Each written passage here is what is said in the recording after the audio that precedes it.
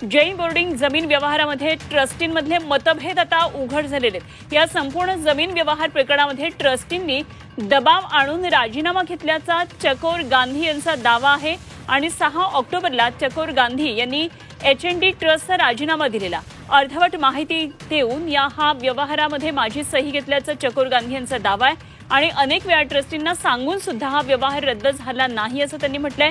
6 ऑक्टोबरला धर्मदाय आयुक्तांकडे चकोर गांधी यांनी राजीनामा सोपवलेला आहे आणि या संदर्भात पुन्हा एकदा जाऊया आमचे प्रतिनिधी निलेश खरमरे यांच्याकडे। पुण्यामध्ये ते या सर्व घडामोडींवर लक्ष ठेवून आहेत। निलेश, एक मोठी माहिती आता पुढे येतेय।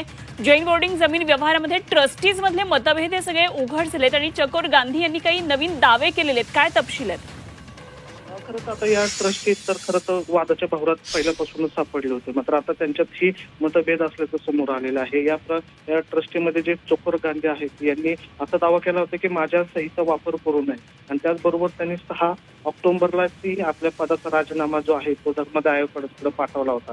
अर्धवट प्रकरणामध्ये माझा काही संबंध नाही असं त्यांनी या ठिकाणी नमूद केलं होतं। जो व्यवहार सुरू होता हा अर्धवट व्यवहार असल्याचं त्यांनी या ठिकाणी अधोरेखित केलं होतं आणि त्याच अनुषंगाने त्यांनी आपल्या ट्रस्टी पदाचा राजीनामा सुद्धा दिला होता, मात्र तो नामंजूर झाला होता। मात्र आता या प्रकरणामध्ये आपण जर बघितलं तर जैन बोर्डिंग जमीन व्यवहार प्रकरणातले जे ट्रस्टी आहेत त्यांच्यातच आता मतभेद असल्याचं आपल्याला या ठिकाणी पाहायला मिळतंय। खरं तर वारंवार त्यांनी या व्यवहार होऊ नये यासाठी त्यांनी अग्रेसिव्ह भूमिका मांडली होती, मात्र त्यांच्या बोलण्याला कुठेही गुरुजरा मिळाला नव्हता। अखेर त्यांनी या प्रकरणातून बाहेर पडण्याचा निर्णय घेतला होता।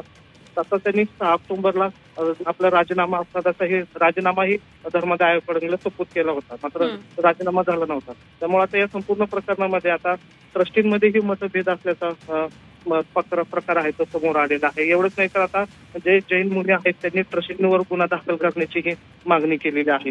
ज्या प्रकारे गैरप्रकारे त्यांनी व्यवहार केलेला आहे या ठिकाणी जैन बोर्डिंग मध्ये जे विद्यार्थी शिकतात त्यांच्यावर मोठा अन्याय होऊ शकतो। त्या अनुषंगाने आता गैरव्यवहार करणाऱ्या ट्रस्टींवर सुद्धा कायदेशीर कारवाई झाली पाहिजे अशी त्यांनी मागणी केलेली आहे। मात्र आता या प्रकरणामध्ये आपण पाहतोय की ट्रस्टींमध्येही मतभेद झालेले आहेत आणि त्यातले जे चकोर गांधी आहेत त्यांनी राजीनामा दिला होता आणि आपल्या सहीचा वापर यापुढे होऊ नये अशी त्यांनी मागणी केली होती।